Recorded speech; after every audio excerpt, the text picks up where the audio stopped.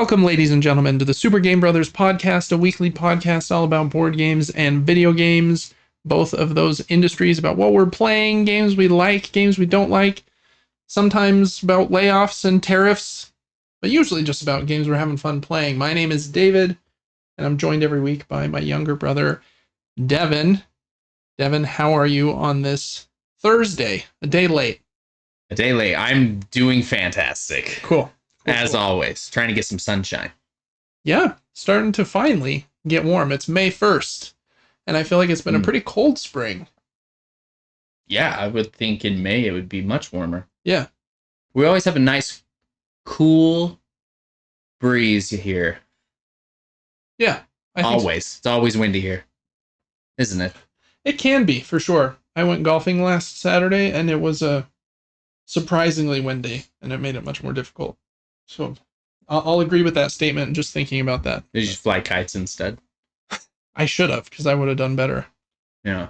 But, yeah. No, good. Yeah, weather's good. Sun is nice. Got some sun out on the golf course. Yeah, we're doing this on Thursday because I had a work conference yesterday and Tuesday, which was fun. You basically, I work, or I live pretty close to like the founders of our company, so I don't have to travel very far, but some people fly in from like the East Coast and West Coast, and like the whole company gets together and we talk about goals and split into groups and come up with good like ideas and plans.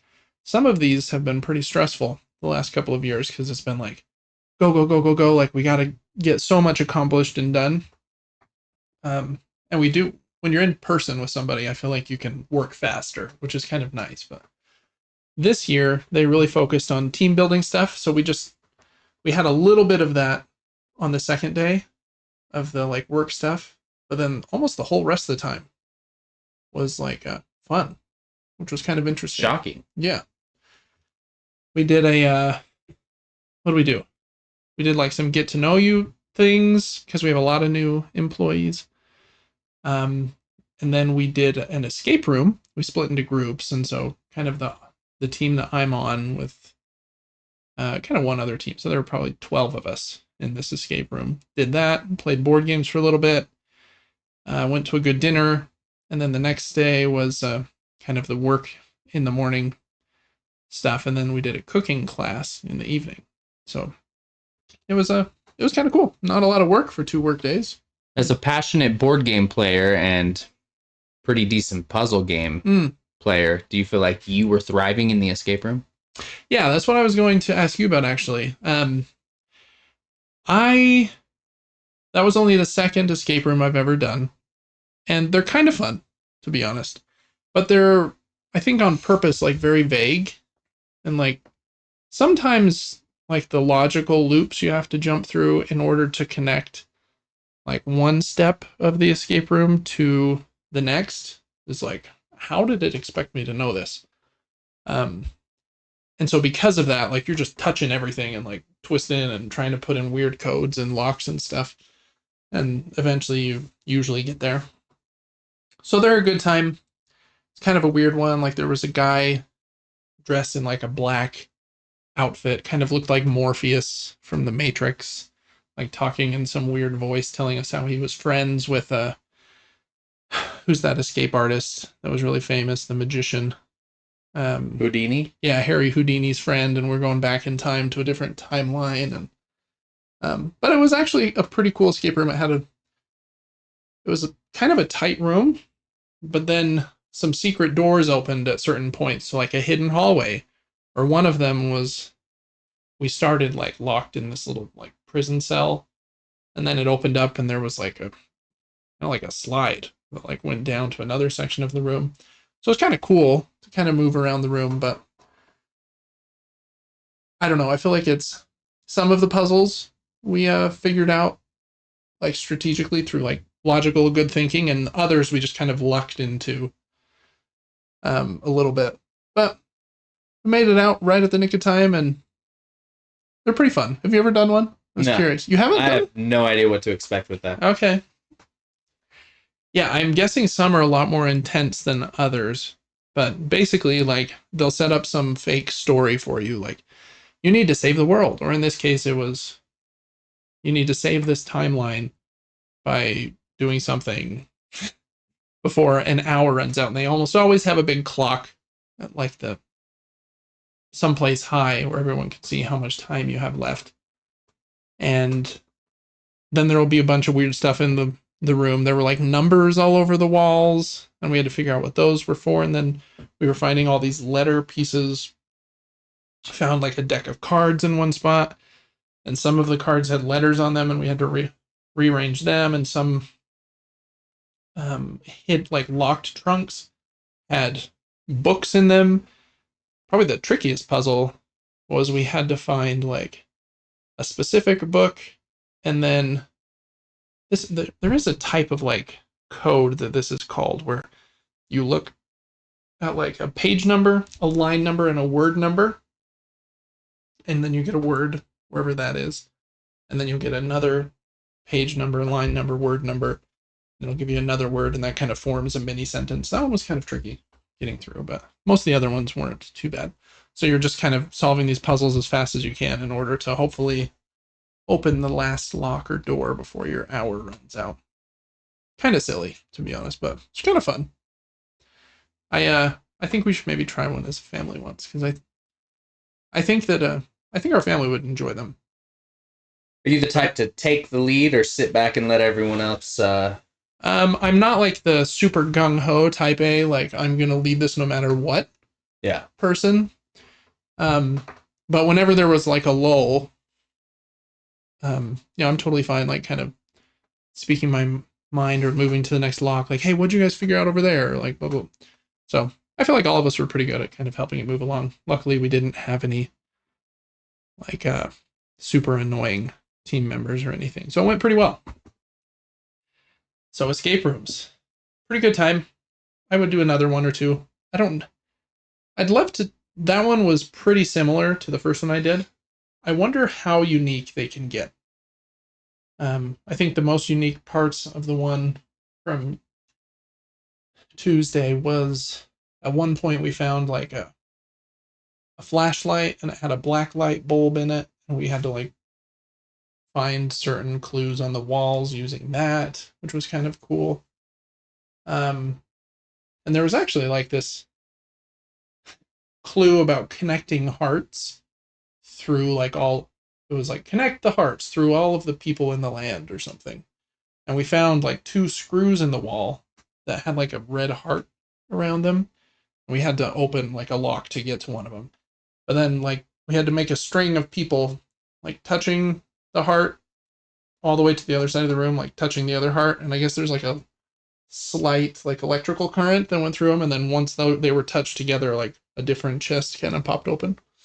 So they're kind of cool. Wow. Kind of fun stuff, but I'd love to try like a really unique one that's like regarded as the best, and see just how high level or cool they can be.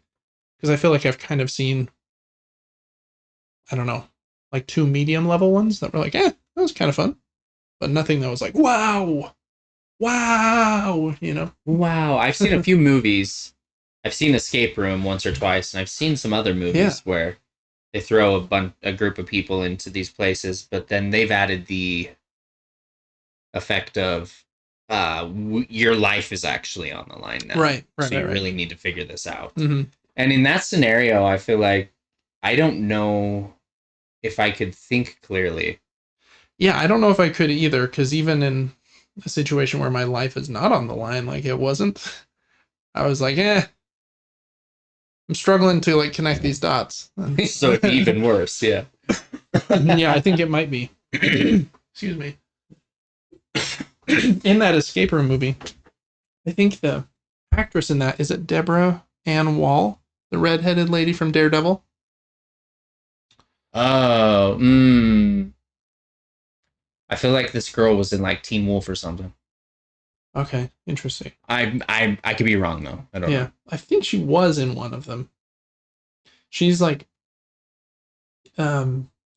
she's very big in the board game world. She plays games like once a month with some of the, I don't know if they're the owners or some of the members of the Board Game Geek like company.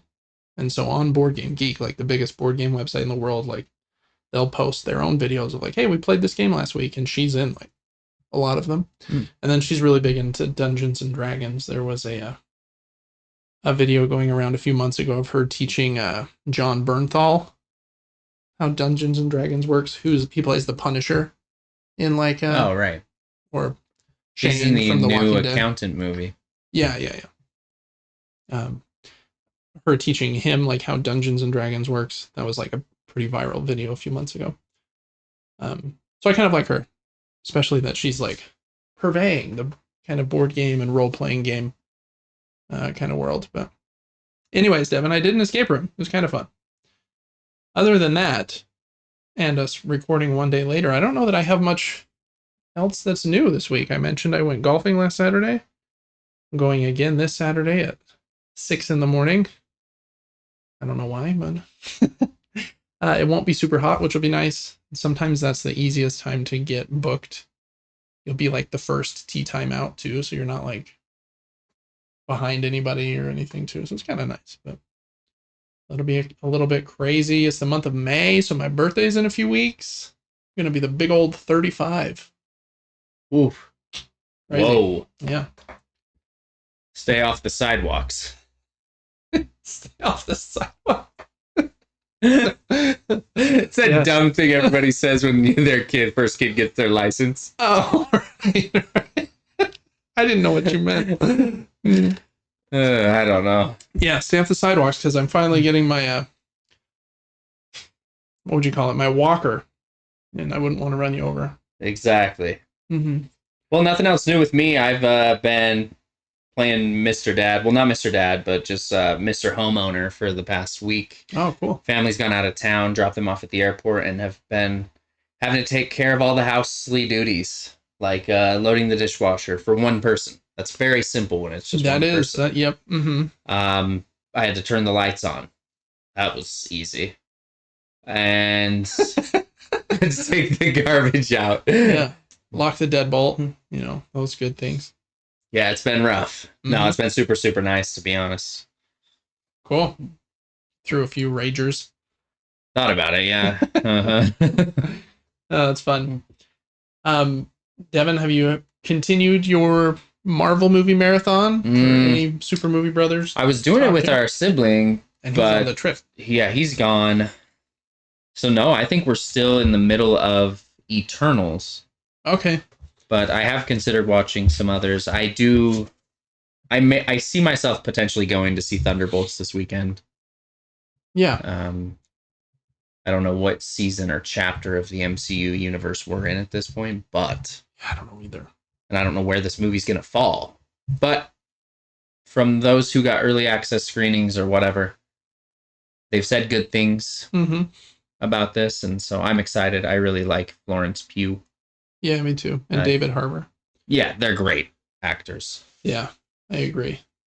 That one interests me more than most Marvel movies do nowadays. So, yeah, I don't know that I have any Super Movie Brothers talk either.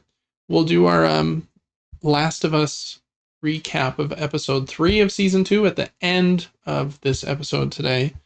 So if you want to hear that, then you can... Actually, it won't be at the end of the episode. We'll record it there, but it'll be on our Patreon at patreon.com/SuperGameBrothers. If you want to hear our recap of episodes 1 and 2 and kind of our thoughts on those episodes and the changes they made from the game, then that is up on our YouTube, so check that out. Yeah, I don't know, Devin. Anything else we want to mention before we hop in? Like I have a popcorn kernel.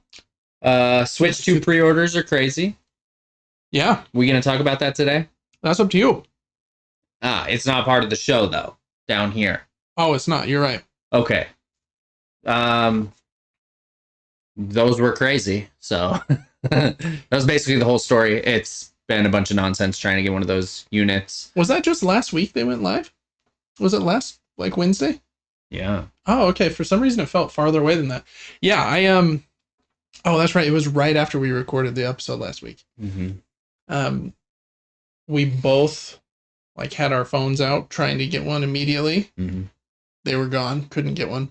Oh, it told me like 43 times that I had one in my cart and it was ready to be paid for. And I tried to pay for it 43 times.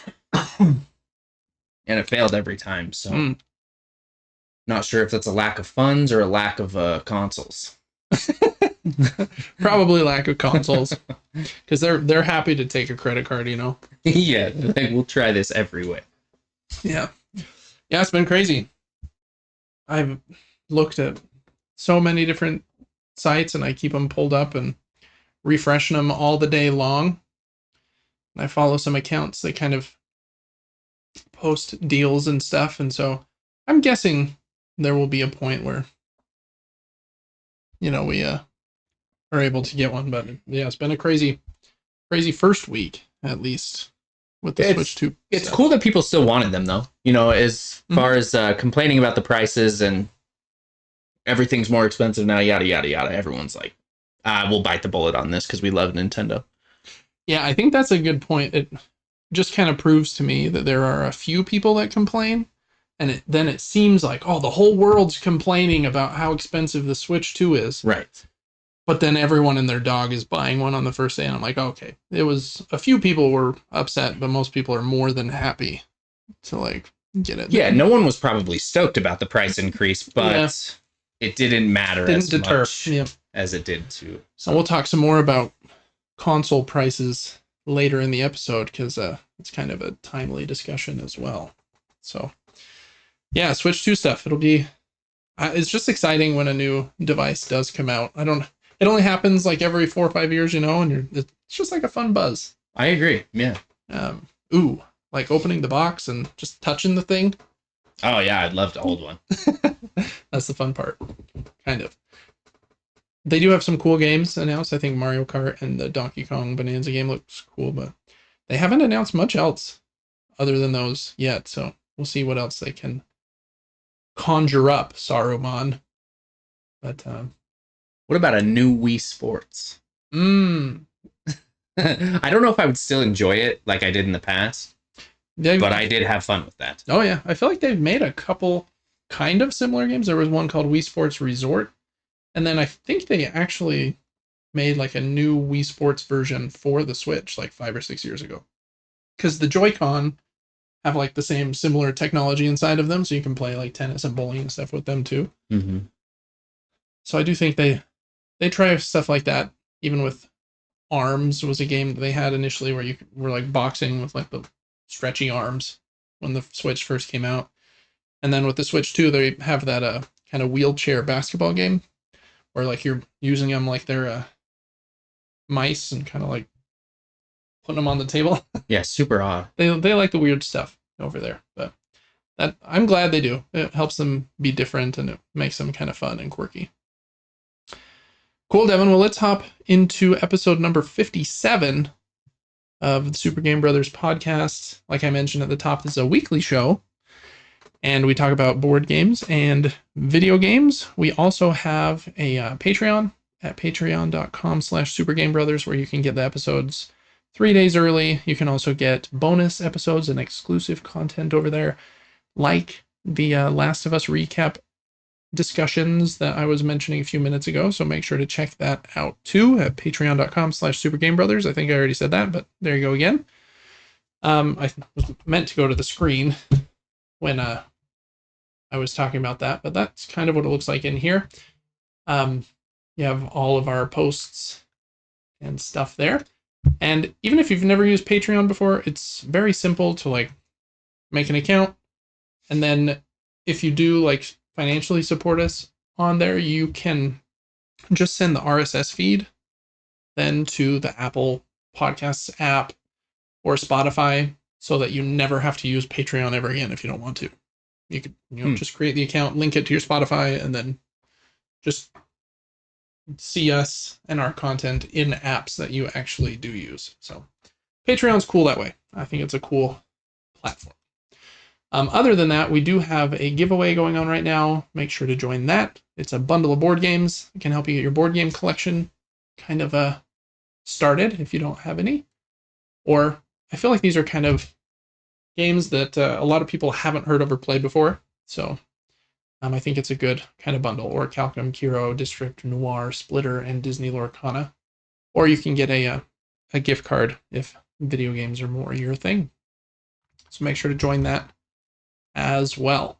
My mouse does not like scrolling down today. Whenever I scroll down, it shoots up. Oh, look, and hey, there we are. Wow. Yeah. Look at us go. Cool. All right, Devin. That brings us to new games to subscription services. We always start with the new games to Board Game Arena. And they have 2 this week. One of them is one of my favorite games of all time. So, and when I kind of hate that term, people say my favorite game of all time, and I'm like, yeah, but like board games have been around for thousands of years, and you haven't played like 1% of them. So, my favorite board game of all time that I've played. Right. Mm-hmm. But that doesn't sound as catchy or cool to put on a YouTube thumbnail. Sounds awesome to me. Yeah. But the White Castle is an excellent board game that is fairly like medium complexity, but it's also fairly short. You only get 9 turns, and on each turn you take a dice drafting, I think is the term there, and then how you use those dice to hopefully combo into more actions so that your 9 turns can be as like fulfilling and give you as many points obviously as possible, is the name of the game here. This game is by Devere. They do awesome stuff, especially in like a thinky good game in a pretty small box. This game is actually behind Devin's head on the left. I don't know if you'll be able to see that. Let me look at OBS here and just see if you can see it right behind. Oh, you can. Yeah, you can see bamboo. You can leave your head there, Devin. Yep, and then Salton Sea and White Castle right there. The 3 Devere games that I have right next to each other that are a lot of game in a small box. So, yeah, White Castle, that's a great one.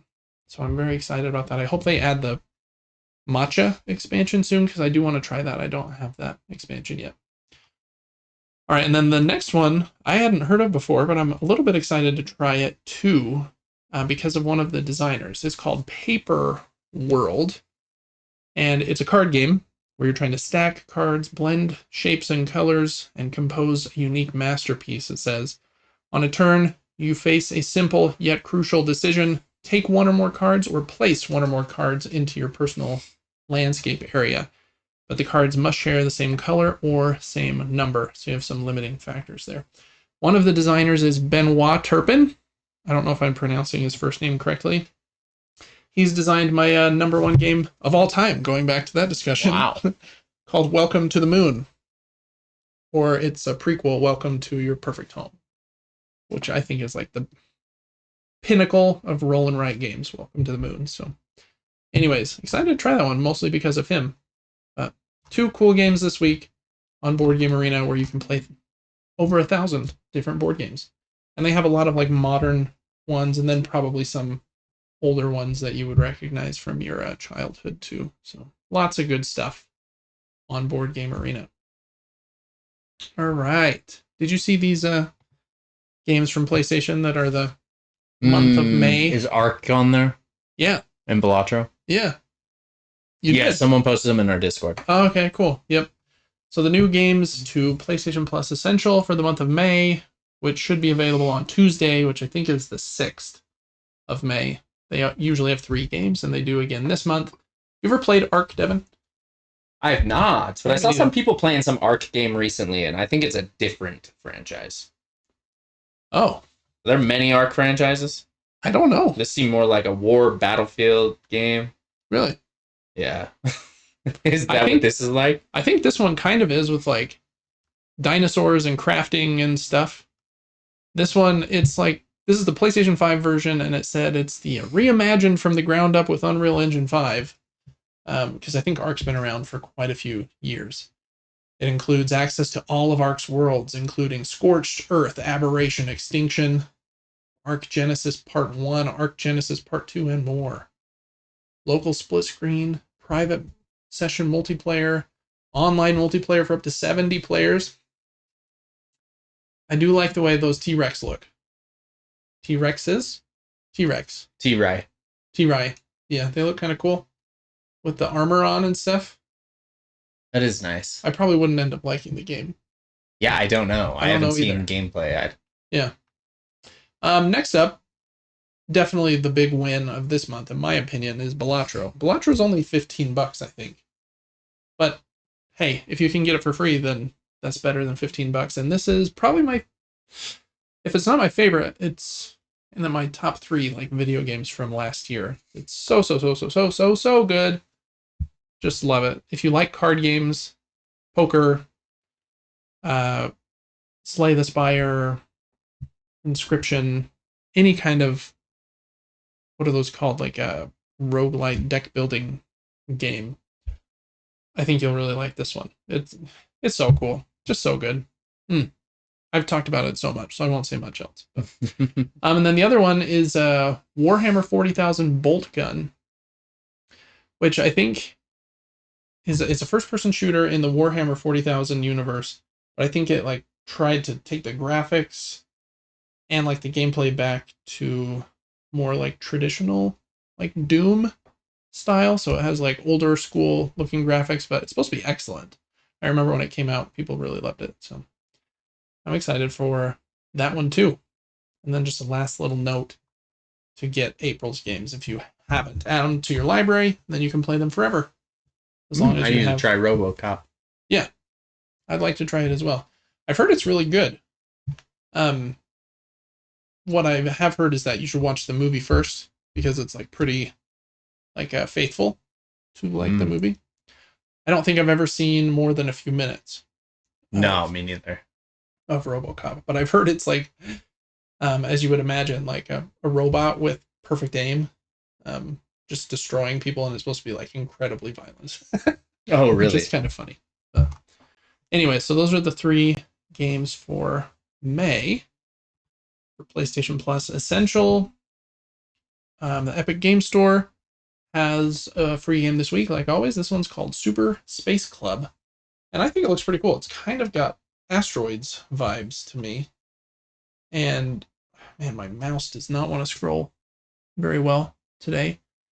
But it's kind of got this like cool, colorful art style, and the paragraph here says it's a lo-fi arcade space shooter to chill to, defend a vibrant galaxy, and battle endless waves of spacecrafts to the tune of atmospheric beats. And I listened to like this trailer, and it does have like cool music going, so might be kind of a vibe, to be honest. So I'm excited to try that one out on my Rogue Ally. If you have a Steam Deck or something, that seems like a perfect like Steam Deck game. All right, and then last up for new games to subscription services, what's this service called? The Apple Arcade. Yeah, Apple Arcade. That's the one. Has a few new games that just joined today, I think, on May 1st. And this first one is called What the Clash. And I think this company made What the Golf first, which is a really funny game where, like, the first hole, you swing a golf club at a golf ball and you think it's going to be a golf game. And then, like, the next hole you go to swing, and as soon as you swing, instead of the club swinging, like, your person flies at the hole. And then the next hole, like, instead of swinging a golf club, you're, like, driving a car, and it just, like, gets crazier and zanier. Sounds awesome. And then they made one called, in 2023, 2024 mobile game of the year called What the Car, which is a racing comedy game. So this is a new one that you can play with a friend or by yourself, and it's called What the Clash, a quirky, fast-paced multiplayer game that combines playful activities like table tennis, archery, racing, and tag. And I'm guessing it has some very silly kind of surprises like the other ones. So I think that looks cool. There's also some other games in there too. Rush Plus, an endless racing game. Lego Friends, Heart Lake. Rush Plus, sorry, is what I meant. Words of Wonders, Search Plus. They like to put plus in their names. Sumi Sumi, Matching Puzzle Plus. So there's a lot of cool games on Apple Arcade, but I do like What the Golf and wanted to give What the Clash little praise there. Oh, and there's some doggies. So that's it. And I think that's all of the games to subscription services, right? All right, that brings us to what we've been playing, Devin. Do you want me to go first? You want to Two go of first? these are repeats from last week, but They there are. is one new one for Mhm. both of us. But yeah, you can start. Okay, I'll do it.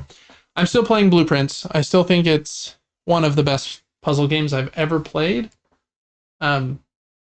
It does the same thing, in my opinion, that like Animal Well and like even The Witness and stuff does, where eventually you get to a point where the puzzles get much harder, but also a little more fulfilling because you start to like notice, oh, this has been right in front of my face the whole time, and like it kind of unveils different layers to you. I'm at that part and it's or point, and it gets very hard in my opinion. I feel like I'm missing something simple to get the simple ending because I still haven't gotten like the base simple ending, and I'm like going down a path to get a harder ending, and so I think that's why I'm hitting this. Like currently, I'm trying to get some of the trophies because I still don't have any. Just brutal trophy list for like buying out everything in the showroom, which is very hard because they're like, I think it's like 175 coins you have to buy everything in that room. Maybe at least one of the items is 50 coins. Ooh. And then I just bought almost every book in the bookstore.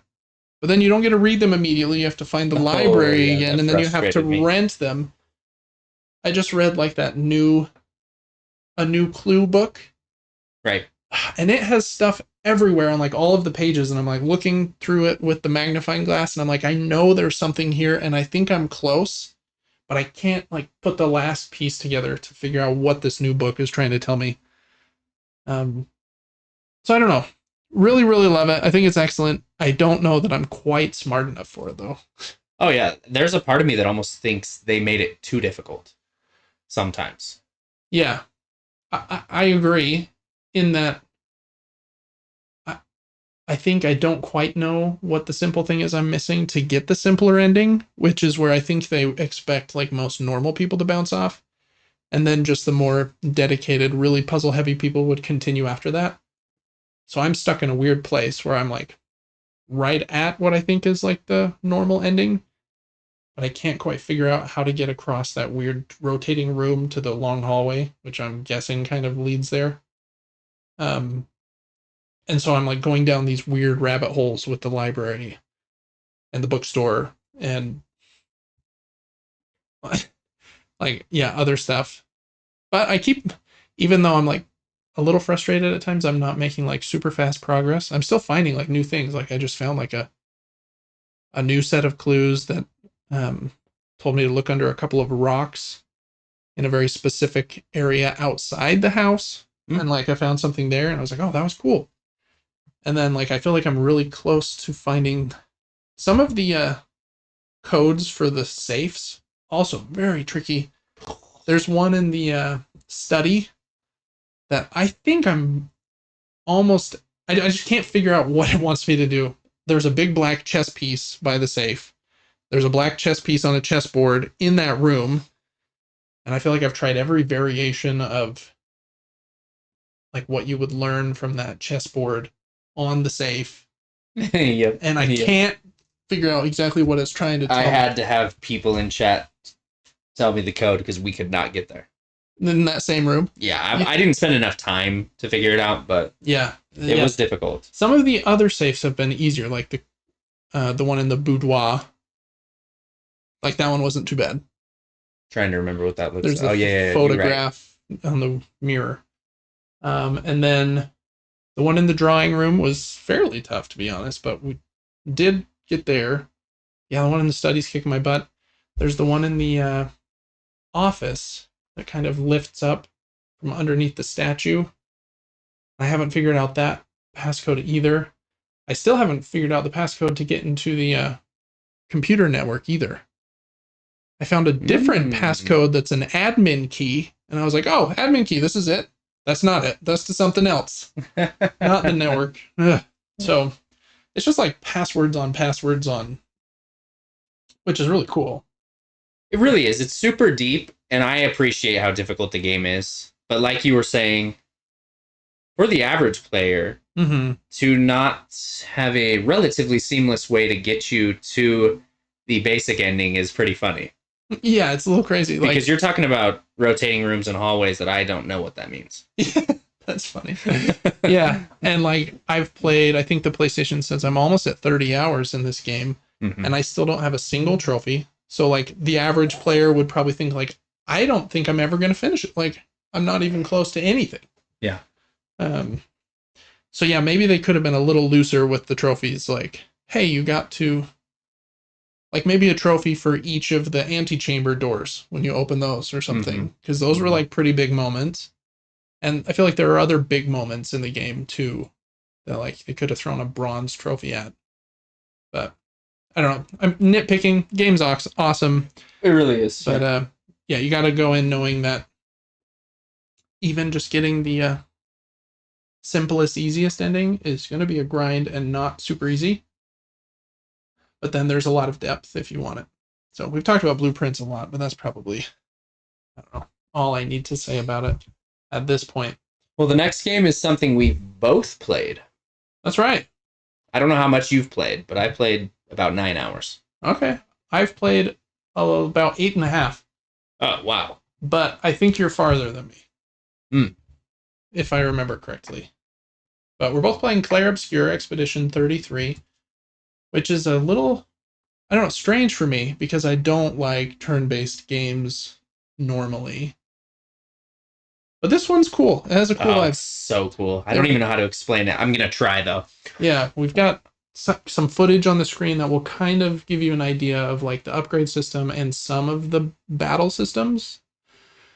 It kind of reminds me of one of the only other turn-based games I've liked ever was like 20 years ago. I played Paper Mario.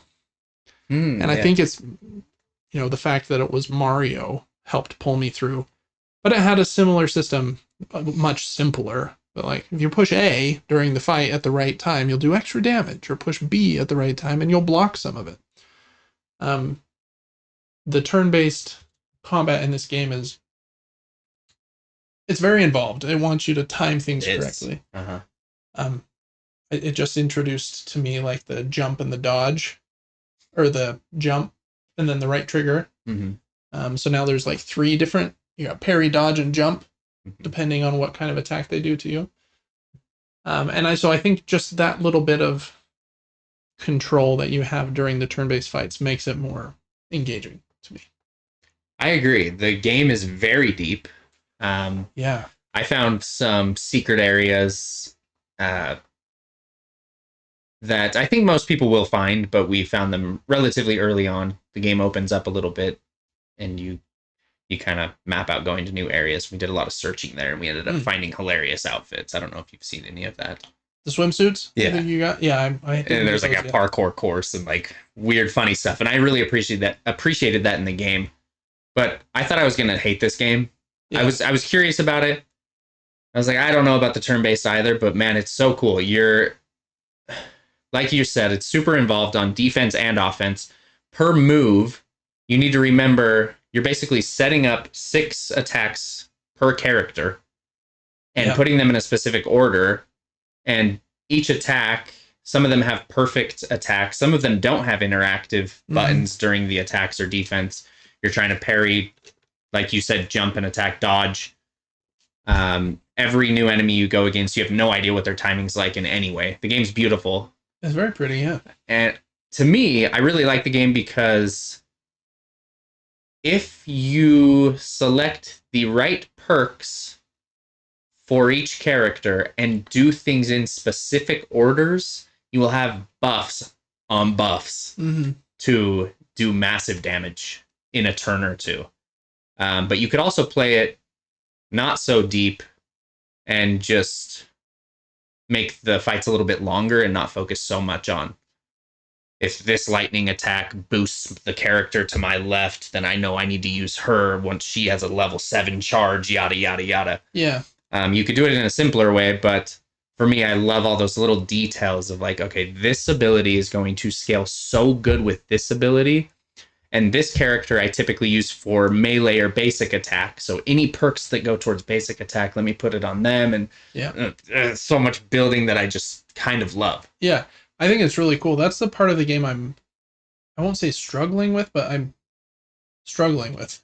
Oh, absolutely. Is that I can see like where the combo-tastic nature of the game happens, and I've like started to try to build that. Like, okay, this character's good at like the free aim shots, and if I put the perks on to add like burning or mark to the free aim shots, like then the next character can hit harder.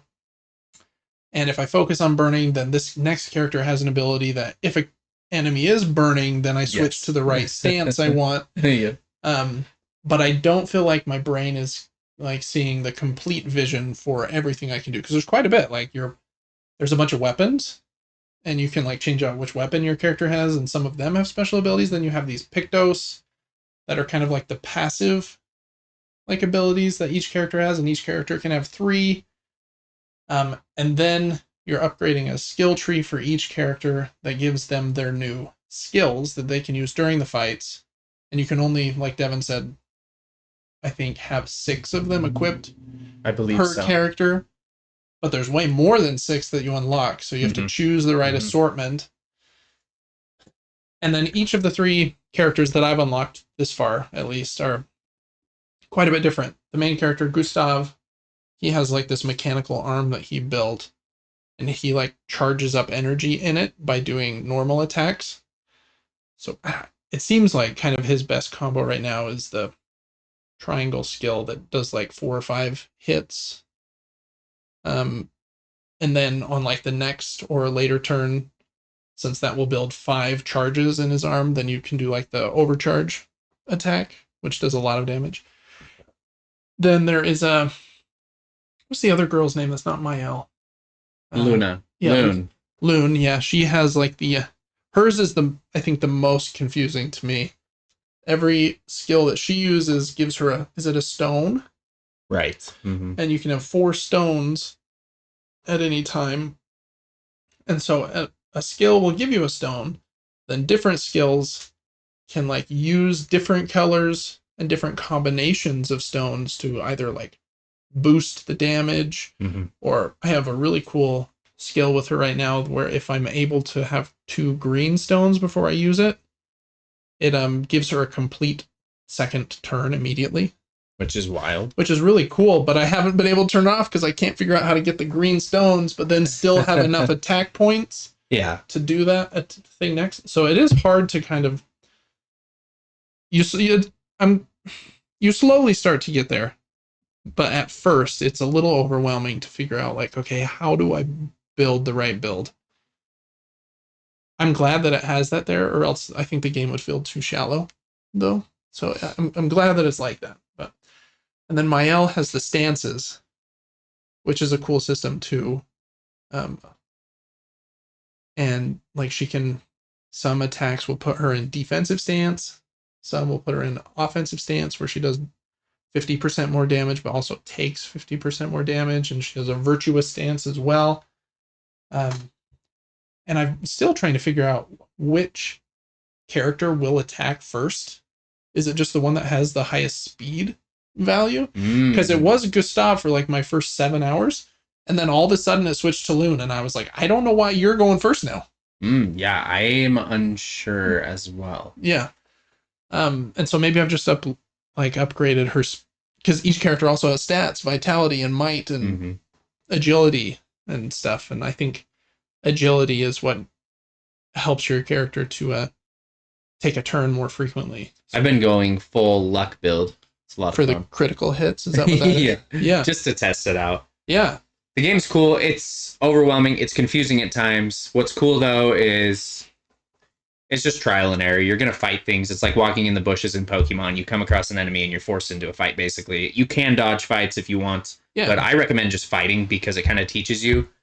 And it'll help you scale. You don't want to get too far behind on like upgrades by 100%. Not getting the XP that you would have gotten. And sometimes you don't have to have a perfect fight. You don't have to say, okay, this buffs her move and this does this and this. I'll just do basic attacks with everyone for 3 rounds. And if I can parry well enough, will just have massive damage attack next, so I don't have to be so focused on the mathematics every time. Yeah, I do like that. You can just kind of brute force, especially if you're good at the dodging. Which is very tough. It can be. The parry, I only parry, I never dodge in the game. Oh, yeah, you're on hard mode then. Oh my goodness, the time window is so small. The parry time window is way smaller than the dodge time window. So yeah, that is harder. I dodge a lot more often than I parry. And I don't even know what the dodge button is. Circle. Unless I'm pretty confident about the enemy that I'm fighting and their attack timing, then I'll start parrying. Mm-hmm. But at least the first few times I see an enemy, I'm dodging almost everything. But yeah, I really like it. I'm surprised at how much I like the combat. I'm surprised at how pretty the game is. I'm surprised at how cool the story is, even though I don't understand like what the heck's going on, other than the giant tree with the number on it, and anyone who's like older than that age will die, and she lowers the number every year. So it's kind of like a cool story, but it doesn't tell you like a lot, at least at this point. The one thing that has bugged me is like the lip syncing with the like voice over. Is it bad? I feel like it's a little weird in like half of the cutscenes. I'm like, why is it not matching up super well? And it's kind of hard coming from like Red Dead that you're going to talk about in a minute, and like The Last of Us, it's like perfect at those things. Yeah. Where like you just kind of notice it because you do spend a bit of time like looking at the characters' faces while they're talking. But other than that little nitpick, like I've really enjoyed it so far. I know it's not like some JRPGs like this, even though this wasn't made in Japan, it's French. It's kind of a turn-based JRPG in like a spirit. It can be very long, like 80 to 100 hours. And I'm like, man, if the game was gonna be that long, I don't know that I'd be able to see it all the way through. But I've heard this one is quite a bit shorter, like 30, 40-ish. So I think that will have enough like enjoyment and kind of cool. I don't know. At the rate that it has shown me new things in combat, I'm assuming there's quite a bit more, and it hasn't even. Some of the like columns on the skill tree are still all blocked off for me, and I imagine that's like with a new skill or something that you get. So I hope that it can stay fresh the whole time, I guess is what I'm saying. But it does seem cool. I think the voice acting is pretty good. I just wish it lined up a little better with the mouths at time. But maybe that's because they're a French studio. I wonder if they... I don't think they mouthed it in French, though. Like, I think I would have noticed that discrepancy even more. But, yeah, I don't know. I don't know that I have much else to say about Expedition 33 at this point. I'd recommend it if you like turn-based games, and even if you don't, I think it's a pretty cool value. Like, it was $50, and it was 10% off during like the week before it launched. So I think I got it for $45, which is, and that's way cheaper than most games right now, especially Mario Kart. Yeah, and very true, and some others that we'll talk about in a little bit. So Expedition 33, I'm excited to play it some more. Then we're with you, Devin. We are with me. We talked a lot about this game last week. So like you said, I don't know that I have too much else to say about Red Dead Redemption 2.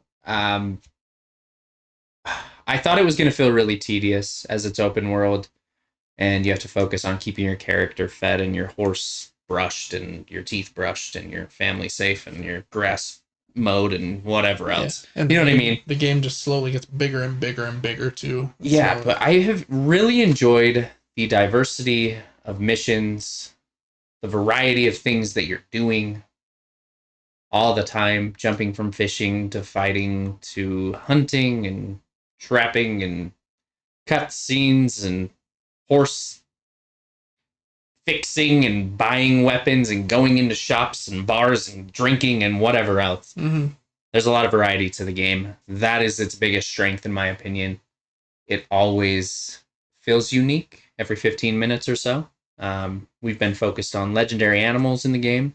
We cheated and found a map for those, so we've just been eating across the grasslands to each one and trying to hunt them to get ridiculous outfits and get our honor up. So, because apparently I can't end the game on bad honor. Yeah, I think the endings are slightly different. I had pretty good honor when I ended, so I haven't seen the bad ending, but if they're telling you that the good one's better, I'd probably trust them. Yeah, it's been interesting to watch you play this in a slightly different way than I did. The game's just too big for me. I'd like touched on some of the other things like hunting and fishing, and I did like to keep Arthur like dressed pretty well and shaved, so that he looked nice. But other than those things, I mostly like mainlined the game. It still probably took me like 60 to 70, maybe 80 hours to beat it. But to me, the highlight of Red Dead 2 is the story and the characters. Really like Arthur. He's like, I don't know. I don't know if you can say like a good guy necessarily, because they're kind of in like this outlaw group, but he's kind of like the one of the more level-headed ones in the group. And they have this leader that they've trusted for a long time, but then like the Pinkertons are after them, and he just always has these grand plans that never seem to really be working out. And so watching how that kind of just crescendos, and Arthur like starts to trust Dutch less and less and less and less, and like Micah becomes crazier and crazier and crazier, and eventually becomes like Dutch's second-hand man, and then like to the ending and everything. Like, I thought that was the best part to me, but I played it quite a bit differently than you, so that, it kind of makes sense. Yeah. Has some really cool scenes too at the end of like chapters when you do big heists, or in whatever chapter it was that you take over the big plantation from that Braithwaite family or whatever. That's a really cool scene with like the Western music playing, and you're like going down that plantation road, and it's like dark, and I don't remember if you're holding torches or if you like light the plantation on fire or something, but very cool scene. So it's just excellent all the way around. It really is. And I also really like Arthur. I thought he was kind of a jerk and like full of himself early on. I was like, this guy needs to chill. Yeah. But as the stories went on and different missions, there's very goofy missions where he has to use a lot of sarcasm to keep his cover, and the illness he experiences, and trying to have good honor. I've seen a lot of good side of him, like you're saying, he's much more level-headed than some of these people who can't control their emotions in the story, where I really think he's a top tier video game character. Oh yeah, he's so good. And just watching, and like his relationship with, I don't remember her name, Mary, that he like tries to kind of have on the side, and then watching his like personality change to like, okay, maybe this outlaw life is like not what I want anymore, and like be a better person. And then you got Sadie Adler, I think is her name, where she like starts that way and then kind of becomes more and more and more crazy like Micah. And so like watching them like go on different paths is like, yeah, all of the characters are really good. And John, there's a lot more with John later in the game, you'll see, but John is the main character of Red Dead Redemption, which came out a long time before, but is the sequel chronologically to this game. So, yeah, Arthur's great. He's a excellent character. I'm glad you like it. I think it's really cool. It's a game that's too big and overwhelming for me, but sometimes I'm glad that people can play games in different ways, and I was just able to mainline it and love it, and other people are able to play it for 1,000 hours in a different way, on Red Dead Online or whatever they're doing, and love it for that. So it deserves the 45 or 50 million copies it has sold, I think. I would agree. I think it's fantastic. Cool. All right, I did play 2 board games just really quickly at our work retreat for the last couple days. They asked me to host for like our little 5 or 6 person team a couple of games, and so we just played 2. We played Ito. I've talked a lot about Ito in the last few weeks. It's just a fun game where everybody is like laughing and trying to put all of these clues that are based on the number of card you have in ascending order, and then you kind of make jokes and argue about where they should be, and then you flip them over to see if it was correct or not. It's very fun. I'm sticking with my theory. This in a work setting, I feel like there was a little bit of potentially some arguing. There wasn't any arguing. Dang it. I do think, depending on the group you have, there could be. I think in the group setting we were in, everyone was trying to be nice because my boss was there. Maybe if he wasn't, then it would have been crazier. But we did have some, somebody came in a little late and he read the category, which was like someone that you would most like to be, or something like that. And he looked at his card and went Trump and like slapped it down. So we immediately started with that as the clue, and it kind of, got funnier and more ridiculous from there. So it's a fun game, especially if you like a little social activity. All right, and then after that, we played one round of Longshot, the dice game, which is my preferred kind of horse racing game. I prefer it to Ready Set Bet or Camel Up. It also has a smaller box, plays in a little shorter time, in my opinion, than Camel Up, and yeah, it's just fun. Basically, you're at the horse races and you're trying to be the person that wins the most money at the horse race. And you can do that by buying horses. If you buy a horse that wins, you get like 35. We always say million to make it sound more dramatic. $35 million. Or you can just bet on the horses. You can bet on horses other people own. You can get special abilities that move the horses forwards or backwards. On every turn, 2 dice are rolled. One that determines which horse is the target, and one that determines how many spaces they move. And then you look at that horse's card to see what other horses also move a space, and then you can work at the concession stand to get bonuses and get more money and stuff. So it's just a fun, simple little, technically, I guess it's a roll and write. You're rolling dice and then writing on your little board, but it's also fun and social because everyone's looking at like the same race going on and kind of reacting to what's going on. Steve might move the purple horse backwards 3 spots using one of his special abilities, and so it's a little zany and loopy, but it's a fun time. So we played Longshot, the dice game as well. 2 good ones if you have a bigger group. I think Longshot can play up to 8 players, and Ito, I think, says 3 to 10 on the box. 2 to 10 on the box. I don't know how you play with 2. Probably have to give multiple cards to each person. So I think that's it for all the games we've been playing. For what we're excited for, I've got a few things. I just got a new package in the mail today from Gamefly, right here. I was hoping it was going to be Indiana Jones and the something circle. I don't remember what it's called, but I think they were out of that one for now. And so they sent me the next, or one of the next games in my queue. And it was this one, Warhammer 40,000 Space Marine 2, which is kind of like a Gears of War-like shooter in the Warhammer world. Pretty violent and, in that way, you're shooting big bugs, kind of Helldivers style. But I'm really excited to try it. I've heard only good things, and it's supposed to be really great in co-op, so I'm excited to kind of try it out, and then if I do like it, I think I'll eventually get it, and then we can probably rip through it in co-op or something. I think that'd be fun. I think it also has like a multiplayer mode and like a cooperative horde mode and a campaign, which is cool that they were able to focus on all 3. Because I feel like lots of games nowadays either just do a campaign or just do multiplayer stuff. So kind of cool that they were, feels old fashioned in that way. Kind of Halo-like almost. But so Warhammer 40K. Kind of looks amazing. For those in the know. I think it even has an episode all about it on Secret Level. Yeah. That was one of the better Secret Level episodes, in my opinion. Yeah, some of them were very dumb. All right, and then I also got another indie game. I've only played about 20 minutes of it, so I'm excited to see how this one works. I like my puzzle games. We already talked about Blueprints. This one's called Bionic Bay. I think that was the title, Bionic Bay.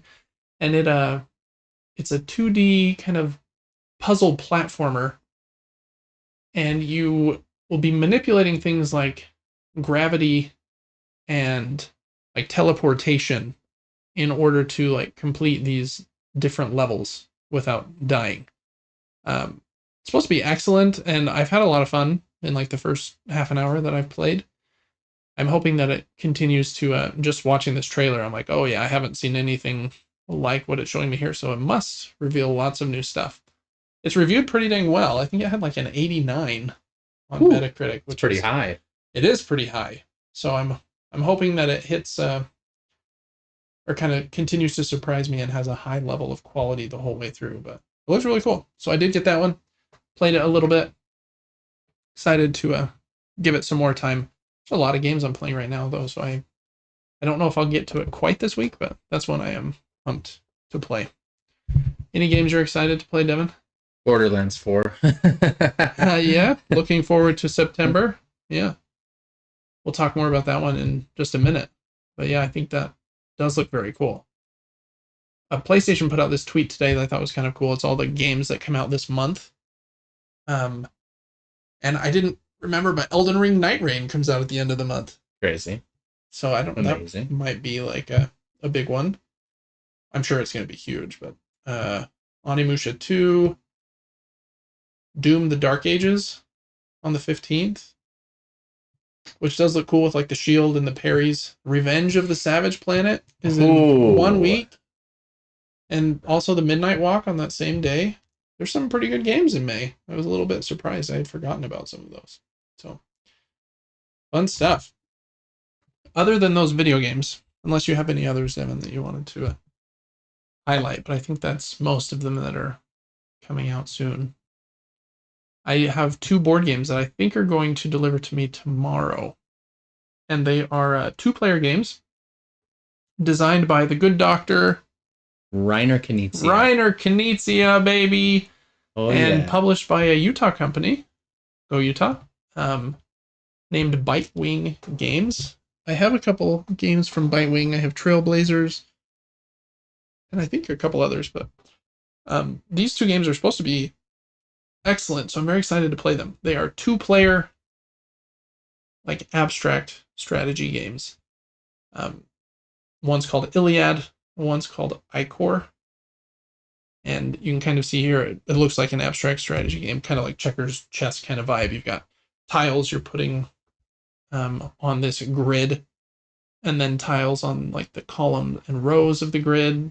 I don't know how it plays, to be honest. I haven't read the rule book, but and then the other one has different characters and tokens that you're moving around a board too. So they're supposed to be really good. They've reviewed really well. I'm excited for both of them. So we might be playing those pretty soon. Just a little FYI here, Devin. But Iliad and Ichor, I don't know if I'm pronouncing these right. From Bitewing Games, I'm very pumped for those. And I did get the shipping notification, and I think it was tomorrow. Maybe it was Saturday, but in the next couple of days for me. Brings us to the news Mini-Nuke. Oh, yes, it does. Oh, yeah. Quite a bit of news on this Mini-Nuke week. We're kicking off strong with this one. Yeah. So there was a PlayStation State of Play just yesterday. Mm-hmm. And I think it was 25-ish minutes long with new details about Borderlands 4.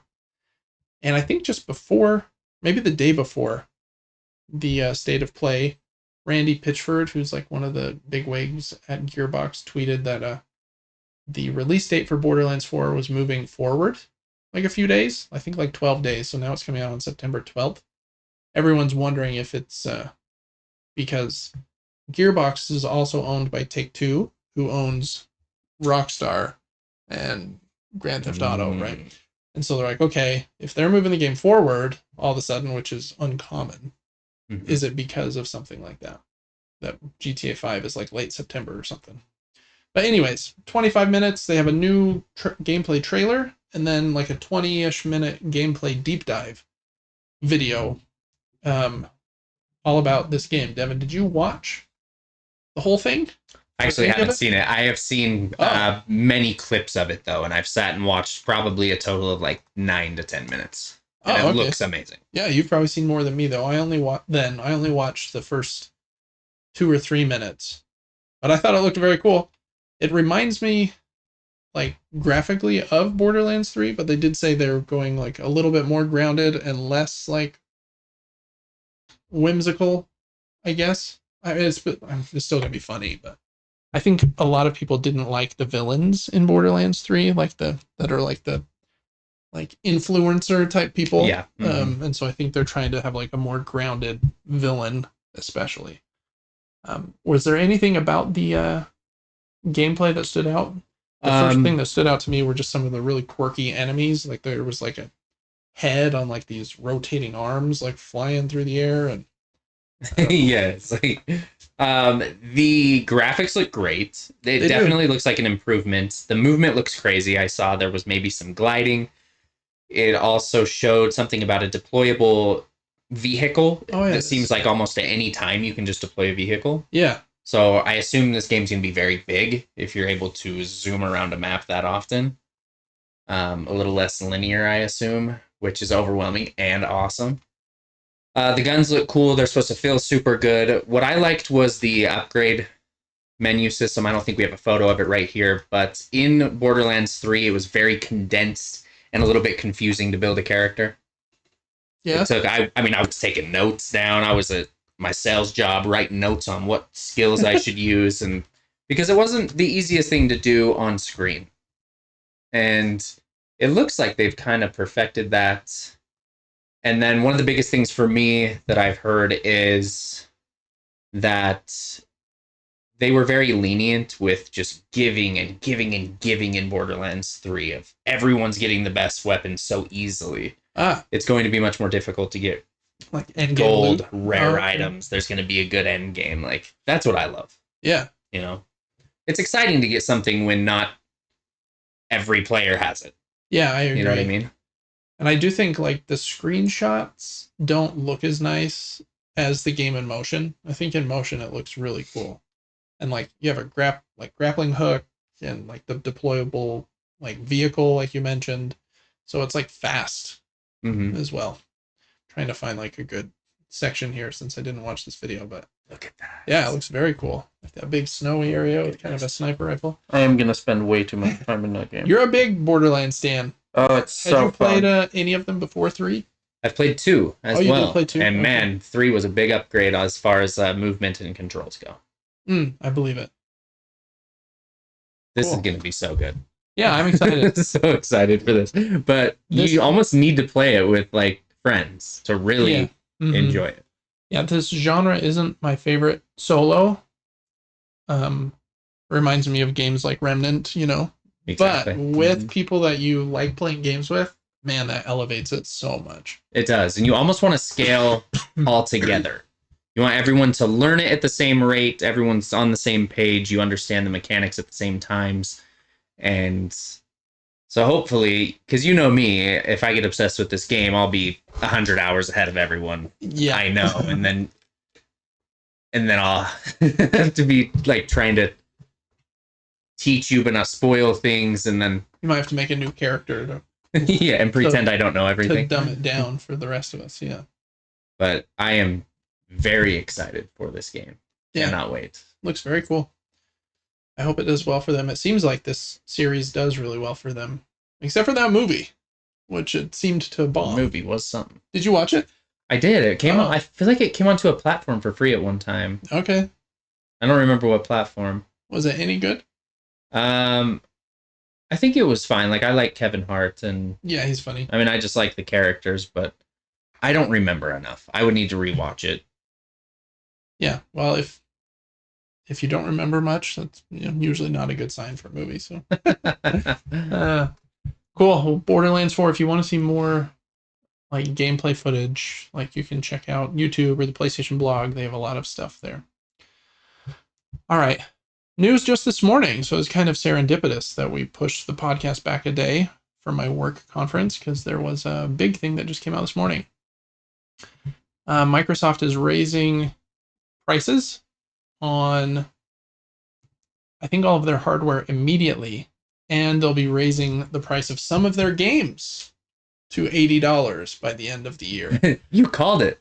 Yep. I don't know. It was just me. A lot of people were saying, like, as soon as someone breaks the $80 barrier, everyone's going to follow suit. And Nintendo broke it a few weeks ago. They did. Yeah, kind of crazy. I'm most surprised, and maybe not surprised, but the increase in price for these Xbox consoles is kind of brutal. Some of them going up like $80 and some of them over $100.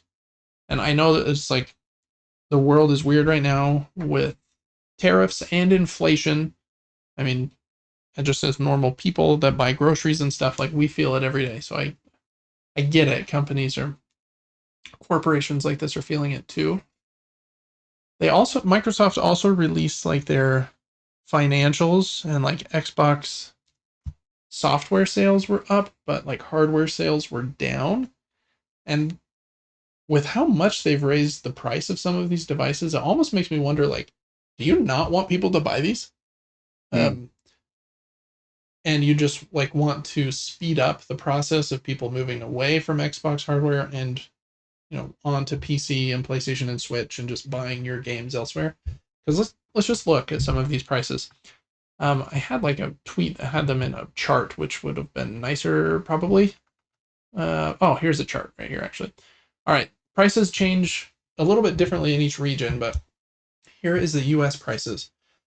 So Series S is going up about $80, so from $299 to $379. A Series X is going up $100 from $449 to $549. This is the big one. A Series X in Galaxy Black with a 2 terabyte drive, so instead of a 1 terabyte drive, is going up from $600 to $730. Oh my goodness. And I think that's an expensive console. Yeah, and I think the weird part about it is that's more expensive than a PlayStation 5 Pro. And the PlayStation 5 Pro is like much more powerful than a PlayStation 5 Interesting. or like a Series X. So maybe you're onto something with that, but I swear we talked months back about Xbox potentially making a handheld, or they were actually going to make new consoles. And we thought they weren't. Yeah, it does seem like they're going to. They are definitely making a handheld. It seems like they might have like a licensed one that later this year and then their own in the next few years. I don't know what their approach to all this is. $730 for a 2 terabyte Series X just seems like such a big number. And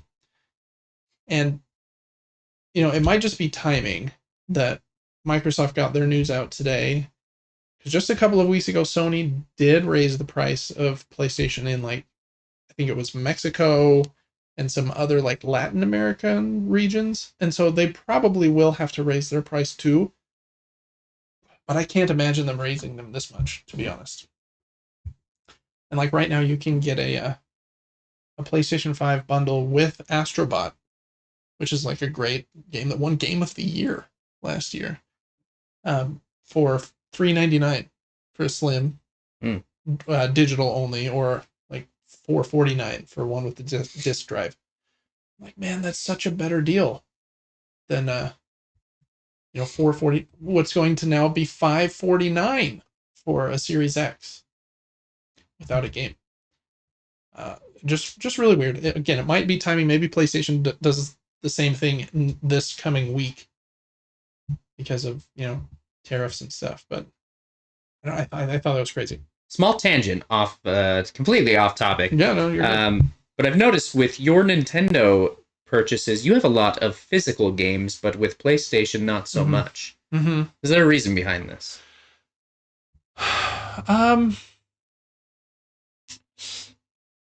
It's a good question. I think that I had a PlayStation 3 and had a lot of games on disc then.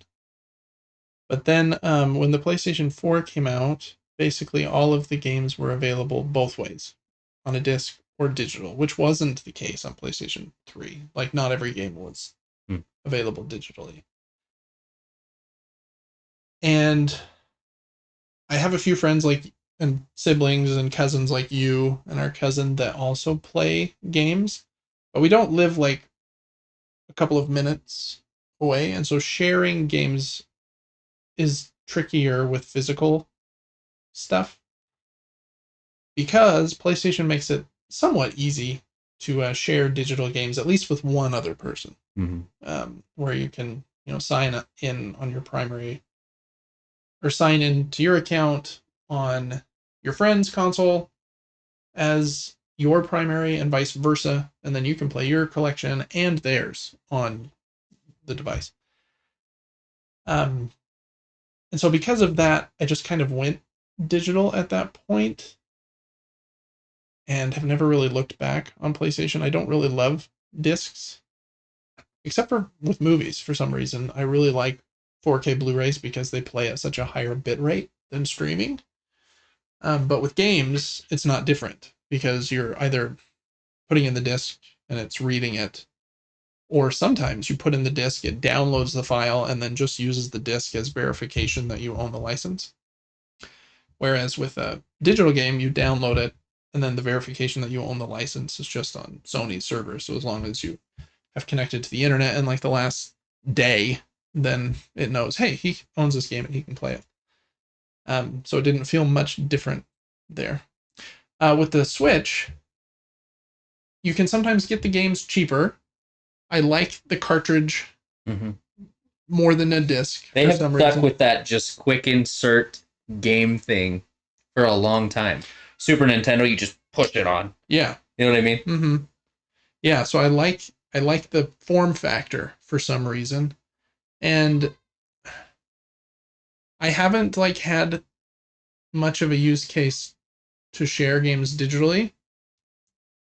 With like a Nintendo console, I don't have many friends that even play on Nintendo. It's more like my kids, and they want to be able to like take a game to their friend's house or something, and so that just makes that easier. And I can get the games cheaper usually on Woot or something.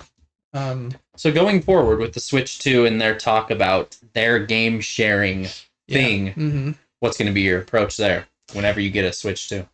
Yeah, it's a tough one because with the Switch, since you're probably going to get one at launch, it seems like, because your Twitch goal is just about hit. Now I do have somebody that probably wants to share like a digital library with me, right? But Nintendo did just make it trickier, where both people in the same family can't be playing the same digital card. You have to like loan the digital card to another person in your family, and if you do that, then you can't play it until 2 weeks have passed and it comes back to you, or they like send it back to you or whatever. And so since that digital form of sharing isn't perfect, it does make me want to like buy physical cards more often, especially if I can get them at a discount, with games like Mario Kart being $80. Like, I have to imagine the price on the Nintendo Switch eShop isn't going to lower from $80 almost ever, but I could probably get it, from GameFly or Amazon or Woot or something for $60 if I just wait a few months or something.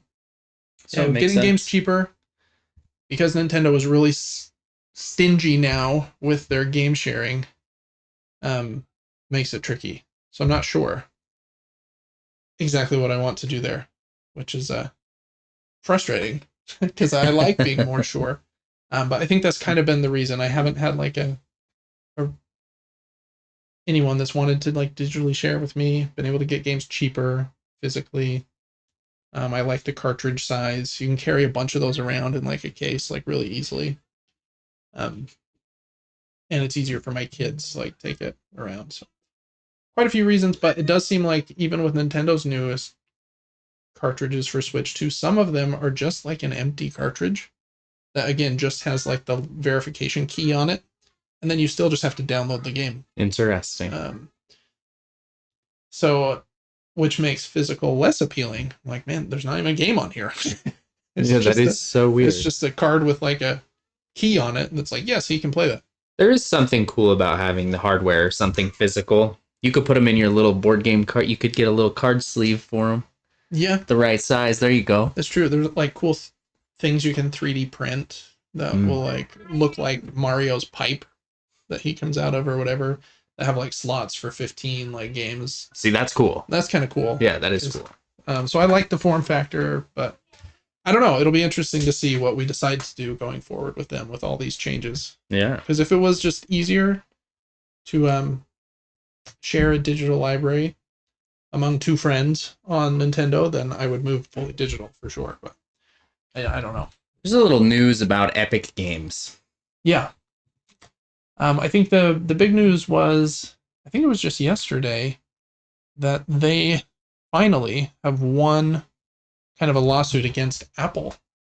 They had a big lawsuit that started years and years ago. I think I saw one tweet that said, I think it was February 2020 when Fortnite was removed from Apple's iOS store. and Fortnite has not been on iOS since then. Wow. But it now is coming back, I think in May, because a judge decreed that Apple cannot restrict people from, or companies like Epic, from directing their customers to sideload games. Kind of the idea was if people download Fortnite on the App Store, Apple gets 30% of everything, every purchase made through that, which is kind of a common and standard percentage for Steam, PlayStation, Nintendo, Microsoft, and Apple's app stores. Like 30% is what they take for any purchases that go through their store. Epic doesn't like that. We'll talk more about them and their kind of philosophy in a minute. And so they tried to get like an application to sideload Fortnite. If you just went to like Fortnite.com on your phone, you could download it not through the App Store, just through your browser. And Apple didn't like that, obviously, because they want 30% of everything that goes through an iPhone. So they had a big fight about it. A judge said that Apple loses, I guess, this case. I'm not a lawyer. I don't know all the legal jargon, but so Fortnite's coming back was the first thing. The second one is Epic has announced 2 new changes to kind of their philosophy, which on the Epic Game Store, they only take 12% instead of 30%, which is industry standard. They're trying, that's obviously a ploy for them to have more game companies and developers be excited to put their games on Epic Game Store because they make 88% instead of 70%. So more developer friendly.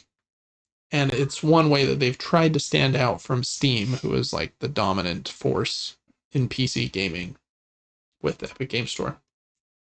The new initiative is developers that bring their games to the Epic Game Store pay no fee for the first $1 million they make in revenue. Then after $1 million per app per year, then they go to the 12% split. So they're actually becoming more developer friendly, which companies don't usually give money back to so kind of a cool thing. Again, they're kind of the underdog in these markets, so they're trying to make like splashes, like we're developer friendly. Come put your games on Epic Game Store. You don't have to pay anything until you hit $1 million a year, and then it's only 12% instead of 30% like you're paying to Steam. Crazy. So that's cool. And then they have another initiative here as well where developers can launch your own web shop that's hosted by the Epic Game Store that can help players make out-of-app purchases, kind of helping them to also bypass like Apple's iOS store fees, I think. So kind of being bold out here, Epic, after winning this court case with Apple. But after 5-ish years, Fortnite is coming back to iOS, which will probably be a big deal for them. It's kind of crazy that Fortnite has stayed so big with it not being on Apple for almost 5 years. But anyways, those were the 2 big updates. I'm kind of rooting for them. I think the 12% thing is like, I bet companies like Steam and PlayStation and Microsoft are just like, those guys just trying to be nicer. We want our extra, we want the 30%. This would be me. Yeah, I know. This would be me. We don't make any money, but we'll only take 12, sure. So that was kind of cool. Another little change, Nintendo has changed how they show apps on the eShop. So this is a very long conversation that could like go on for a long time. Short points. It's hard to get your game noticed because so many games come out nowadays. A lot of games or companies that make games try to cheat the system and make their games shoot to the top of like the bestsellers list.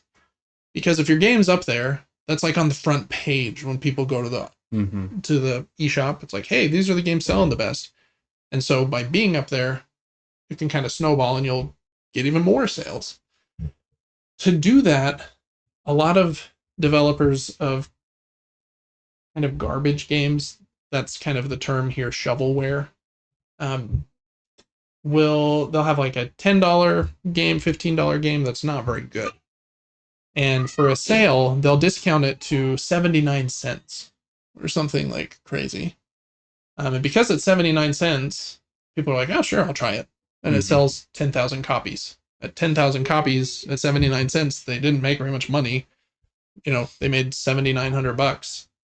And that's before Nintendo took 30% of it. So they made $4,000 or whatever. But because it sold 10,000 copies, it all of a sudden jumps to the top of the list. So a lot of companies play this dumb game where they will heavily discount something in order to show up higher, and then hope that when the sale ends and their game is $10 or $15, people will still buy it. Right. So it's kind of this dumb meta game, and it hurts what's called curation, or being able to find like the good games amidst all of the bad garbage. Because games that are good, like, well, just think about Balatro or something, like that's at $15, but isn't going to ever discount it to 79 cents. You know, games that are actually good and even smaller than Balatro that deserve your time and attention just get hidden by the slop that is like tricking the system to get to the top of these leaderboards. Nintendo changed with their latest update how the charts are counted. So instead of a number of copies, they're looking at revenue across 72 hours. I think it's a smart move. I think it is too. There is a couple things that Video Games Chronicle, who has the article here, notes that it might not be like the perfect move, but I think it is a good move. So the example they give here is a game that is selling for $1 would have to sell 60 copies now to match one game sold for $60. So kind of the other edge to this sword is, okay, well now Assassin's Creed Shadows that costs 60, $70 or whatever, it sells, 1,000 copies. But then you've got an indie game that's like pretty popular and sells 5,000 copies, but it's $10. Shows up lower than Assassin's Creed because it's $60. So it's not perfect, but it's definitely better than like the previous system. So yeah, that makes sense. So anyways, I thought that change was worthwhile, worth talking about, even though that's very behind the scenes and inside baseball is kind of what they call it. So hopefully that will help with some curation there. I hope that PlayStation also follow suit, because man, there's so much garbage. Sometimes I'll go to the what's new tab on the PlayStation Store, and it's the dumbest of dumb games. And some of these companies will like make a game, then make the same game just with a different, like, they call it an asset flip, with a different main character asset. So one's called like Hopping Hamburger, and then the other game's like Jumping Grape. Oh, and boy. The only difference is instead of a hamburger, it's a grape.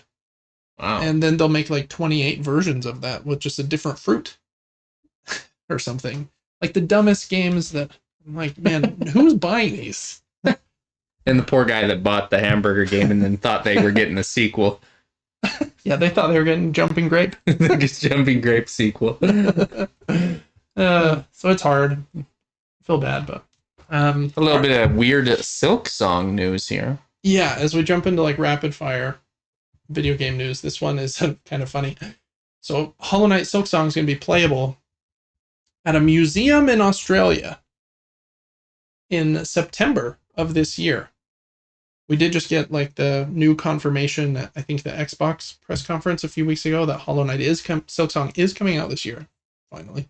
Amazing. To all consoles, do we know that? I think that is or that was in the Nintendo Switch 2 thing, huh? Yeah, I think it's been confirmed that it's coming to Xbox and PlayStation and PC simultaneously. I'd have to double check, but I'm pretty sure they said that. Does it come to the Switch? Yeah. Okay, cool. Oh, shoot. Hold on. We got two consoles now that are running 120 frames. But the PS5 is going to run 120 at 4K. So are we going to buy all these games that are on multiple platforms on the PlayStation?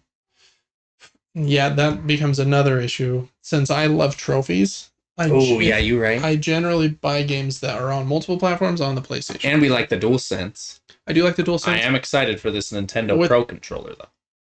Yeah. I'm changing the subject. Anyways, No, continue. you're good. With like the Switch 2 and it being like something you can take on the go though, and the screen is Oh, shoot, 120 frames, being able to play 120 in your bed, like that's Oh, kinda man. cool. Yeah, you ain't So- kidding.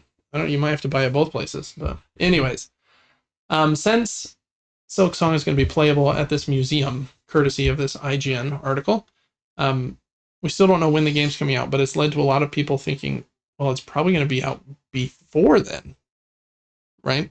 Before September 18th, if it's going to be playable at this museum thing in Australia. So that's not a lot of new information, but maybe it will come out like early summer. Or maybe this will just be a playable demo and it won't come out until December. Who knows? The excitement I have for this game is It's bonkers. is so unmatched. I mean, this Borderlands 4, even the Dusk Bloods, whatever that game was on the Switch 2 from FromSoft. So many of these games I'm just like, I need to get my hands on. I feel like I'm in a lull right now for like new games. I'm playing old favorite games. Yeah, you have been playing some old ones. I need to play something like this. It's And- true. I haven't played very many games like on release day. Yeah. I'm playing Clair Obscure right now, Mm-hmm. but it's not one I was excited about beforehand. I No. just kind of got excited on release day because everyone was raving about it and it looked pretty cool. So there hasn't been a game that I've like been waiting for years to play. Got excellent reviews, comes out, and I'm like there minute one, which I will be for this one. Like, Mm-hmm. 12:01. I'm already playing. What is this? A stereogram? I don't know what a stereogram is. What's Where that? you like shift your eyes and then you can see a 3D picture? Oh, no. This one I was trying to make is, it turn into something. as part of the museum like exhibit. They're also going to have like some of the behind the scenes like dev stuff. So this is like a bunch of the frames that Hornet can that is used for like the combat with Hornet. So these are like all the different frames that Hornet moves between during Ah, combat. So I think it's just like a big image. Crazy. So yeah, that was a tiny bit of Silk Song news in there. This next one, I don't follow like a lot of video game sites, but this one's been around for a long time and is pretty big, Polygon. And kind of crazily this morning, it was sold to a company called ValNet that does like a Screen Rant, and they laid off like basically the whole company. Oh, wow. So Polygon as we know it is like basically gone, seems like. I don't really use Polygon for much, but if you were a fan of that site, just a heads up there. I feel like Polygon was like some bird Pokemon at one point. He was that weird Pokemon. What was his name? Was it just Polygon? I think so. Was he an OG 150? I think he was. He He kind of just- had the weird nose, like you said. Yeah, he was just triangles, I think. Squatty little body. I'm gonna type it in. We'll see what a Polygon. Wow. Pokemon. Yeah. Porygon. Oregon. Yeah, you remember that little guy? I do. Yeah, Yeah. very well. Well, there you go. That's what we got out of the Polygon closing down. It was a Amazing. Pokemon reference. Fantastic. Yeah, this rapid fire isn't that fast, but we are vibing. Heck yeah. Love it. Next one, we've got a game that you love. Oh man, I love Returnal. I also liked it. I just didn't finish You it. didn't quite finish it. and I don't know what We happened. should play the co-op like DLC expansion they had because Mm. it's supposed to be great. But they one complaint people had with Returnal was it ran at 1080p and then they upscaled it to 4K. Mm. On PS5 Pro, it just got a PS5 Pro patch. It will run at 2.5 times the pixel count. I'm guessing that's like 1440 or higher or something. So cool for that. I'm very excited for their next game. It starts with an S and ends with an S that I can't remember. Saros, maybe. Man, their gameplay is so like killer over there at Housemarque. So It very really is nice. I appreciated how quickly your character could move. cool. So fast. Like, Just zooming. that's, very Mhm. nice, very nice. And like the active reload with the DualShock triggers like felt so good. And even that's like the only game that I can think of that has used, there's probably others, like the trigger in the way where like you push to one point and it does regular shoot. like regular fire, and then you push through like the resistance point, and it does the secondary fire. Took me about 2 hours. Yeah, to a little like tricky remember to get used to. It forces you to calm down though, which I like because I'm a big believer in holding a controller very loosely and being in the flow state. You know what I'm saying? Yeah. And I enjoyed that. I was like, okay, if I can be composed, I can use all these mechanics perfectly. Yeah, I agree. So check that out if you have a PlayStation 5 Pro. I can't afford one of those right now, but one day. Probably not. I'll just get a PlayStation 6. yes. This game, Lost Soul Aside, was supposed to come out this month in May. It's pretty cool looking. Again, kind of Japanese role-playing game that kind of gives off Final Fantasy vibes. Just as an aside, everybody's calling Clair Obscure Final Fantasy, which is kind of funny because it's made by a French team. But this one is made by a team in China. It's supposed to come out this month. It just got delayed to August. So that is the rapid fire note here. So August 29th, I believe, if you're still excited for that one. Final China Sea. There you go. Cool. Then just a couple sales updates. I think Elden Ring has shipped 30 million copies, which is bonkers. Shipped doesn't mean people have bought it, but that's how many they have sold and how many they have shipped to like stores, so like Walmart and stuff. But still, that's a humongous number. So good for them. And then Clair Obscure sold like 500,000 copies in their first day. And a couple days later, they announced they've sold over 1 million copies, which I think is a big win for them because this game is also included on Game Pass, and those copies will not be counted because they were not sold there. So this is 1 million copies sold on PlayStation and PC, where the game can only be purchased.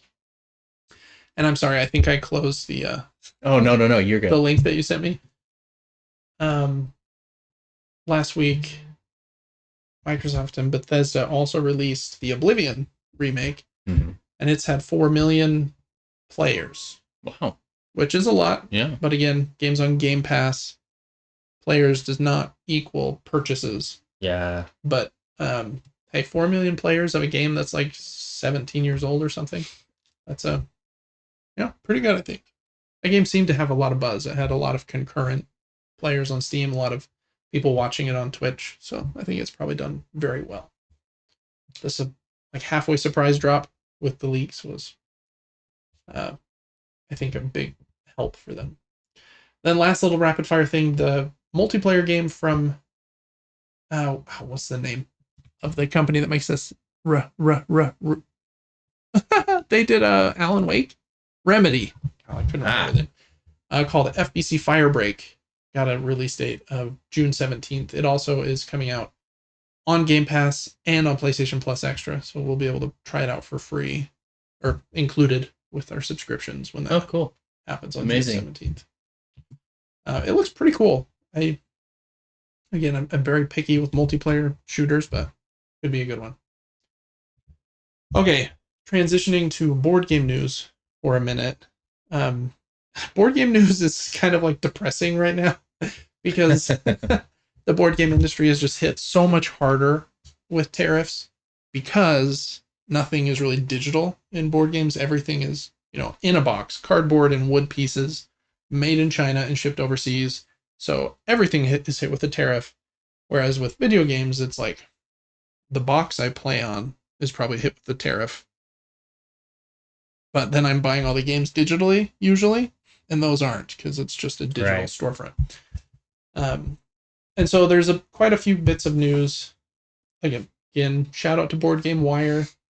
They do a great job with like really thorough articles about the board game industry. It's not just like surface level stuff. The first one, this company Final Frontier Games is shutting down, which is a bummer. They have some like unfulfilled Kickstarter projects that I don't know if they'll ever be fulfilled. This one's a bummer because they've made a couple of really big and popular games. This one is called Merchant's Cove that some people really enjoy, and another one that they did was called Coloma, and I had that one for a few years. I actually did sell it after playing it a few times, but I thought it was great. Very cool game. It had like this cool magnet dial that would magnet onto the board and then twist around. It was a very cool Euro game. So they're shutting down, which is it's a bummer. And it's kind of because of Come On Games or Simon. I never know how people pronounce that. I've heard it both ways. And we'll talk more about them right now, actually. Yes, sir. Because Final Frontier Games shut down because Simon didn't pay for like some localization. This was like the final nail in the coffin, they said. Simon's been in trouble for a bit. They announced some layoffs and paused future game development due to the new tariffs, but they've been in trouble for quite a while. And then they also just announced that in 2024 they had like a $3 million loss, which is, according to this article, I think, or another article, the Board Game Wire had more than double their profit from the 2 years prior than that. So they're in big trouble. Kind of crazy. They've made a lot of like really popular games. They make big miniature style games usually, but yeah, like this one, Deceased here. Lots of Marvel and DC style games with the miniatures. So they're in a really bad place. I wouldn't be surprised if they had some really bad news in the near future. And then kind of amidst all of this, Jamie Stegmaier at Stonemaier Games has, I think I maybe mentioned this briefly last week, has joined a piece of litigation to sue President Trump for the tariffs. Again, I'm not a lawyer, so if you want to like learn more about it, you can read this article, which is really great. And there is his company and a bunch of others that are kind of working together in the same lawsuit. Say like President Trump doesn't have like as much power as he thinks he does to just put these tariffs in place and crush a bunch of industries like the board game industry without like approval from Congress and all kinds of other things. Again, not the most well-versed in law or government regulation. And since he's one of the most well-loved guys in modern board games, the like publisher of Wingspan, developer and publisher of Scythe, Expeditions, and Red Rising, and Apiary, all of which I have behind me, and I'm very excited for their game coming later this year called Vantage. Kind of crazy to see just, again, the havoc that the tariffs are causing the industry and how some of the companies are trying to fight back a little bit. We'll see what happens. Yeah. But yeah, there's Vantage.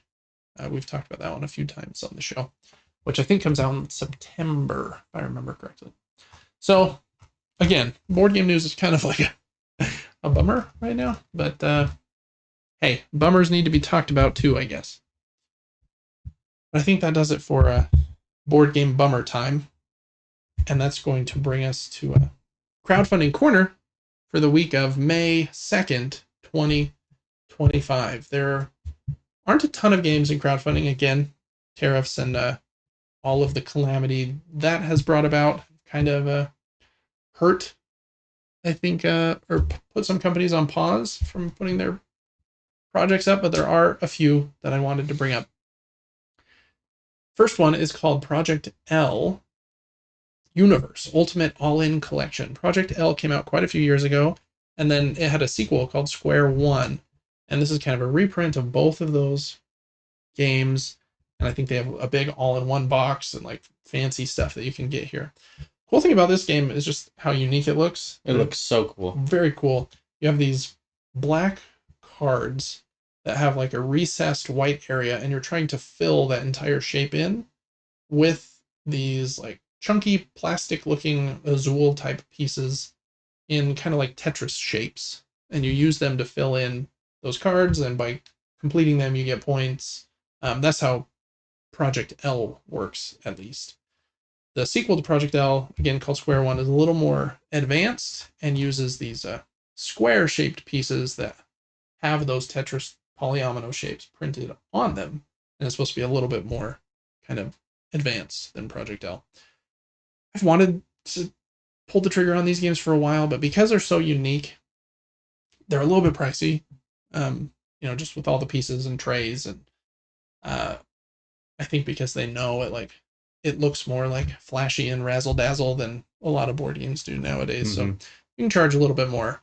But I'm tempted because I've wanted to try them for a while, and they do look really cool.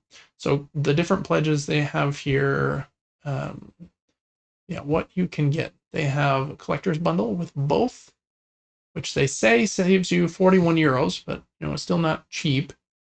Comes with the all-in pledge for both games, which they do look very cool. They have nice trays that make everything easy to set up. Includes a bunch of expansions that have come out over the years, and those puzzle boards are very cool with the recessed areas that you're filling in. So I think it does look very cool. I want to see what's in the Square One box because it's a bit different, and I haven't actually read the rule book for that game. But here's that one again, a little bit different looking, but not too different. Those look like candy. I kind of want to eat one. Yeah, they're very sharp colors. Yeah, sharp is a good way to put that. And just tons of expansions and extra stuff too. So if you've been interested in Project L or its sequel before,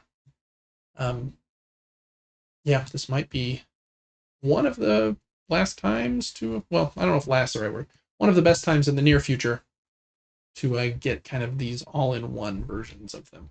So that one's on Kickstarter until May 14th. So for the next 2 weeks about. Okay, next up, we just talked about Bitewing games earlier in the episode with Iliad and Ichor that are delivering to me, I think, tomorrow. They have a new set of games by the good doctor Reiner Knizia. At least one of them's by him. We'll have to double check on the other one. These are Gazebo and, how would you pronounce that? Gingham or Gingham? I would say Gingham. Yeah, Gingham sounds good to me. And they've done one other game, Trailblazers, in this travel line that comes in this cool little zipper pouch, so that you could take them on the go pretty easily. But they're 2 to 4 player games that play in 20 to 40 minutes, and they have them in a normal box or in a travel version. And reviews just came out for these games from the influencers that get preview coverage, and they're supposed to be really good, especially Gazebo, I think. And again, he kind of does really clean and easy rule sets that have a lot of depth. And just looking at the kind of checkers-like looking board with the tiles and the different colored of gazebos here on this gazebo board, I'm like, it does look very sharp. So I really like how they look. Gingham looks a little busier with the different ants, and I'm guessing those are ants, insect-looking pieces, and pieces along the outer edge of the board as well. But man, I really like Bitewing games. I think they do high-quality stuff. It's really cool that they're Utah-based, and their last few games have really gotten a lot of buzz. So I wanted to see if and they're sticking with their $4 US shipping. So I hope that tariffs don't crush them too bad. And these carabiner travel cases are actually free with the games, which they're usually not if you buy them separately. So kind of cool. The $4 shipping, that's such a steal because I feel like shipping is so expensive. I want to see just what the pledge levels look like. Where are you at? Bundle and save? I guess we can just scroll over here. All right, so you can get the deluxe version with fancier pieces of both games for $99, or no, that's for retailers. You can get either game for $39. They have a bundle for both. They do have a standard bundle, but it's not any cheaper, $78. Those are a little pricier than I thought they would be. Yeah, I agree, to be honest. But